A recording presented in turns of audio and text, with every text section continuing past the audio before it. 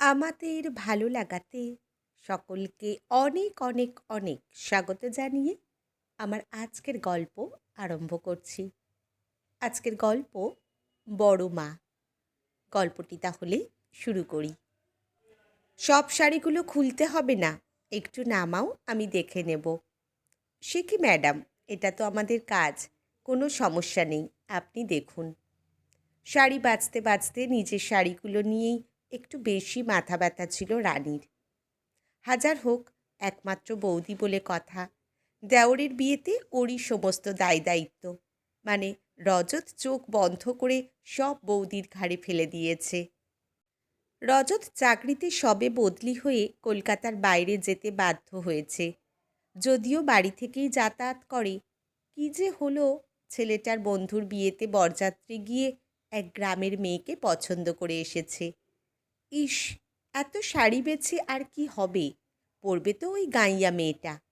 যদিও রানী বলেছিল দেওরকে, আমাকে আর টানা কেন বাপু, ওকে একদিন আসতে বলো, তারপর একসাথে বাজার করে নাও। ওদের বাড়ির লোকজন এখনও অতটা এগোতে পারেনি বৌদি ভাই। বিয়ের আগে মেয়ে ড্যাং ড্যাং করে বরের সাথে কেনাকাটা করতে যাবে, তা হবে না। কেমন যে এরা জানি না, আর ওখানেই তোমার মন বসে গেল। রানী এর আগে অনেকবার এই কথা বলেছে রজতকে, কিন্তু রজত হেসে উড়িয়ে দিয়েছে। অভিমান করে দেখতেও যায়নি হবু যাকে।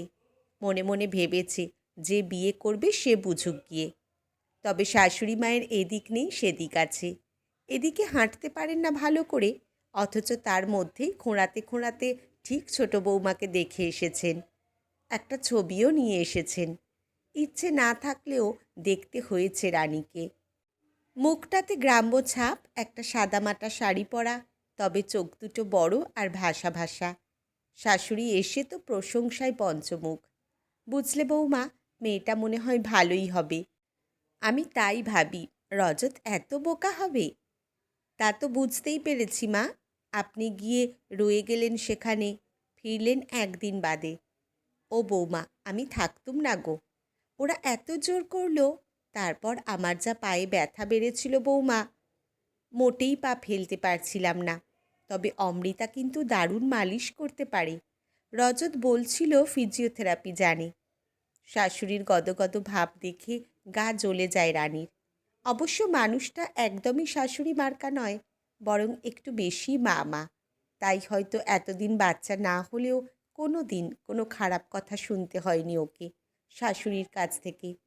এই 7 বছরে ওকে কেউই খোঁচা মারেনি এই বাড়িতে। দেওরও বেশ ভালো বৌদিকে সব ব্যাপারেই গুরুত্ব দেয়। কেউ বাচ্চার ব্যাপারে কোনো কথা তুললে শাশুড়িবা বলেন, বৌমা চাকরি করে, এখন আর ওই সময় নেই বাপু, বিয়ের পরই বাচ্চার দরকার, হলে হবে না হলে না হবে, এখন আমোদ আহ্লাদে কাটাক বাপু, বাচ্চা হলেই তো রাজ্যের হ্যাপা। রানীর বাকি কথাগুলো শুনতে ইচ্ছে না হলেও শোনে। পরেও শাশুড়িমা সবসময় বলেছেন, ওসব কানে নিও না বৌমা, যদি কোনো দিন চাও একটা বাচ্চা আসুক, আজকাল অনেক উপায় আছে। তবুও এই বাড়িতে এতদিন সব ভালো মন্দ ও দেখে এসেছে, সবাই ওকে রানীর মতোই দেখে। সেখানে ওর সংসারে আর একজন আসছে, হয়তো কাজে অকাজে ওর সাথে তুলনাও হবে, ভেবে মনে মনে কেমন যেন একটু হিংসে হয় রানীর, হয়তো একটু চিন্তাও। তাই শাশুড়িকে বলেই ফেলে, বাহ, তাহলে তো আপনার ভালোই হলো, বাড়িতে বসেই ফিজিওথেরাপি করবেন। এক বৌমা অফিসে যায়, আর এক বৌমা ফিজিও করবে, দারুণ ব্যাপার আপনার। শাশুড়ি সরল মনে বলতে থাকে, অনেক তো কষ্ট করেছি জীবনে, তোমাদের শ্বশুর সেই কবে চলে গেছে আমার ঘাড়ে সব ফেলে, 2 ছেলেকে মানুষ করেছি বুকে করে, তবে ছেলেরা আমার খুব ভালো, আর তুমিও বৌমা একদম মেয়ের মতো, তাই আর একটা বউ ভালো আসুক বাড়িতে, তাই চাই। আর তাই তো ছুটে গেলুম মা, সে তোমার বোন হয়ে থাকতে পারবে কিনা দেখতে। মনে মনে হাসে রানী। ভাইয়ে ভাইয়ে মিল হয়তো আছে, তবে যায় যায় মিল হবে কিনা তা একমাত্র সময়ই বলবে। তবে শাশুড়ির কাছে হবু যা অমৃতার প্রশংসা একটু হলেও বিঁধল রানীকে। মুখে হেসে বলল, তা কি দেখলেন মা? তুমি তো গেলে না, তবে আমার ছানিকাটা চোখ তো বলল ভালোই হবে। পুজো আচ্চা রান্নাবান্না সবই তো জানে দেখলাম, তবে সবচেয়ে ভালো লাগলো মনটা, মুখে সব সময় হাসি আর চোখ দুটো মায়া মাখা। মেয়ে দেখতে না গেলেও বরযাত্রী যেতেই হলো, কারণ একমাত্র দেওরের বিয়ে। নতুন বউকে দেখতে যেতেই অমৃতা দিদি এসেছে বলে জড়িয়ে ধরে রানীকে, তুমি কি সুন্দর গো দিদি। ও সব সময় বলে, বৌদি কি সুন্দর স্মার্ট, আমি কিন্তু সব শিখবো তোমার কাছে। রানী একটা অন্যরকম মন নিয়ে গেছিল, ঠিক বাড়ির বড় জায়ের মতো। কিন্তু অমৃতা দিদি বলে জড়িয়ে ধরল রানীকে। কেমন যেন লাগে রানীর। মেয়েটা কি বোকা না বেশি চালাক? তবে অমৃতা এ বাড়িতে পা দেওয়ার পর রানী বুঝল, অমৃতা বোধহয় একটু বেশি সরল। কিছুদিনের মধ্যেই বাড়িতে সবারই অমৃতাকেই দরকার, দেখল রানী। সব কাজেই অমৃতা, এমনকি ওর বড় আজকাল অমৃতাকে খোঁজে। অমৃতা ছটফট করে, ওপর থেকে নিচ করে বেড়ায়। কখনো আওয়াজ দেয়, আসছি দাদা, জামাটা ইস্ত্রি করে আনছি এক্ষুনি। আবার কখনো বলে, দিদিভাই তোমার ব্লাউজটা রেডি, দেখো ফিটিং হয়েছে কি না। রানীর চেয়ে অনেকটাই ছোট অমৃতা, তাই শরীর মন সবেতেই অনেক বেশি চঞ্চল। বাড়ি জমজমাট নিত্য নতুন রান্নায় আর আড্ডায়। হয়তো রানীরও অনেকটা চাপ কমেছে অমৃতা আসায়, তবুও রানীর মাঝে মাঝেই মনে হয় একটু একটু করে অমৃতা কেমন যেন ওকে ছাড়িয়ে এগিয়ে যাচ্ছে। রজত আদর করে ধরে বউকে, এই যে প্রজাপতি, সারা বাড়িতে পাখা মেলে উড়ে বেড়াচ্ছ, আমার বাগানে বসবে কখন শুনি। অমৃতা দুষ্টু হেসে বলে, মা ডাকছে অনেকক্ষণ থেকে, ব্যথায় পা নাড়তে পারছেন না, একটু দেখি। রজত হাসে, দিব্যি পা নাড়ছে, আমি দেখে এলাম এক্ষুনি, এবার আমাকে একটু দেখো। ভীষণ হিংসুটে তো তুমি, মা ব্যথায় কষ্ট পাচ্ছে আর এদিকে তুমি। বিয়ের 2 বছর হওয়ার আগেই একদিন শোনা গেল অমৃতা মা হতে চলেছে। ছটফটে অমৃতা কদিন বিছানা থেকে উঠতে পারছে না, শরীরটা ভালো নেই একদম। ডাক্তার বলেছে কদিন একটু বিশ্রামে থাকতে। খবরটা শুনে অদ্ভুত পাল্টে গেল রানী। আজকাল যেন অমৃতাকে ওর সহ্য হয় না। যেদিন ওর বর অমৃতার জন্য মিষ্টি দই কিনে আনলো, ফেটে পড়ল রানী। তোমরা সবাই ওকে নিয়ে এত পড়েছ কেন? এত আদিক্ষেতা সবার, ও মা হচ্ছে তাই? রঞ্জিত বলে, তুমিই তো বলেছ ও মিষ্টি দই খুব ভালোবাসে, তুমি কত আনতে বলেছ এর আগে, তাই আনলাম। অমৃতাকে কেউ ভালো বললে ভালো লাগে না রানীর। অমৃতার জন্য ইলিশ মাছ ভাজা রাখলে মনে হয় শাশুড়িমা পক্ষপাতিত্ব করছেন। অনেক সময় বলেও ফেলে সেই কথা। দিদিভাইকে দিদির মতোই চেয়েছিল অমৃতা। প্রথমে রানী একটু দূরে দূরে থাকলেও একটা সময় আর পারেনি। 2 বৌমার ভালোবাসা দেখে মুগ্ধ হয়েছিলেন শাশুড়িমাও। অনেক দিনই ওনার পায়ের ব্যায়াম করাতে করাতে বলতেন, বড় বৌমা মানুষ ভালো, কিন্তু মনের মধ্যে হয়তো কোথাও একটা দুঃখ রয়েছে। ওকে আপন করে নিয়েছ সেটাই ভালো লাগে আমার। সেই দিদিভাই আজকাল ওর ঘরে ঢোকে না, রজতের সাথেও ভালো করে কথা বলে না। অনেক দিন সে কথা রজতকে বলতে গিয়ে কেঁদে ফেলে অমৃতা। দেখতে দেখতে 7 মাস হয়ে গেল অমৃতার। রজতের ইচ্ছে থাকলেও ঠাকুরকে পুজো দিয়ে কোনো রকমে নিয়ম সারলেন শাশুড়িমা, বড় বৌমার কথা ভেবে। অমৃতার মা বাবা এসেছিলেন সাধে। ওনারাই বললেন, অমৃতা বাপের বাড়িতেই থাক এই কয়েকটা মাস।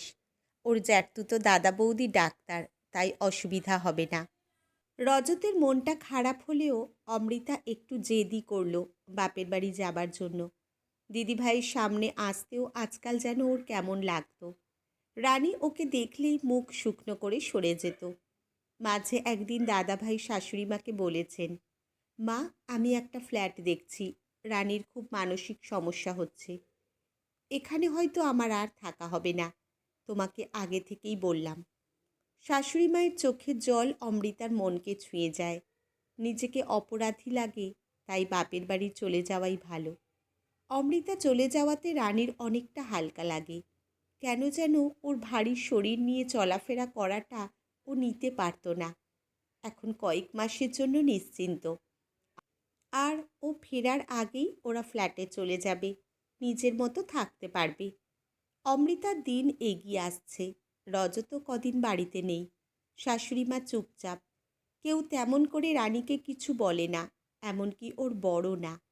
মাঝে দুদিন ওর বর সেই সকালে বাড়ি থেকে বেরিয়ে রাতে ফিরল। বলতেই বলল, অফিসের কাজ ছিল রানী। মনে অবিশ্বাস জমলেও বরকে সে কথা বলতে পারে না। এমনিতেই মনে হয় সবসময় আর কেউ ওকে ভালোবাসে না। তবুও দুদিন বাদে জিজ্ঞেস করে, ঠাকুরপো এখনো ফিরল না কেন? তোমাকে ফোন করেছিল? তুমিও তো একটা ফোন করতে পারো। অমৃতাকেও তো জিজ্ঞেস করতে পারো কেমন আছে। ভাবছি কাল একবার ওদের ওখানে যাব, অমৃতাকে দেখে আসব। রানীর অপরাধবোধটা খোঁচা মারে ওকে। ইচ্ছে করে বলতে, আমিও যাব তোমার সাথে, কিন্তু বলতে পারে না। তুমি যাবে আমার সাথে? বলে রঞ্জিত।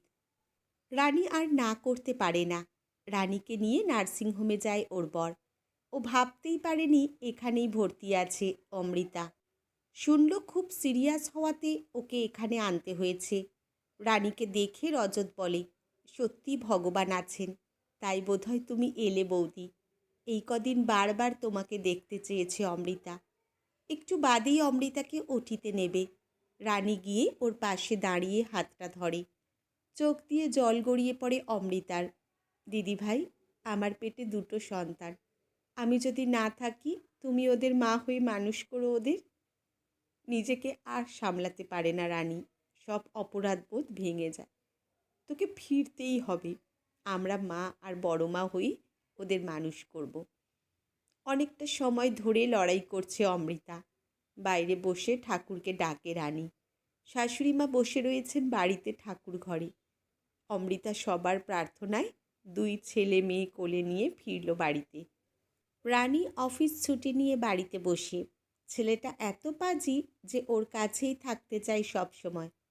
বড় মা হওয়ার যে এত আনন্দ, তা বোধহয় অমৃতা এমনভাবে কাছে টেনে না নিলে বুঝতেই পারত না রানী। আজকের গল্প এখানেই সমাপ্ত। কলমে রুমাশ্রী সাহা চৌধুরী, পাঠে জয়তী। ধন্যবাদ।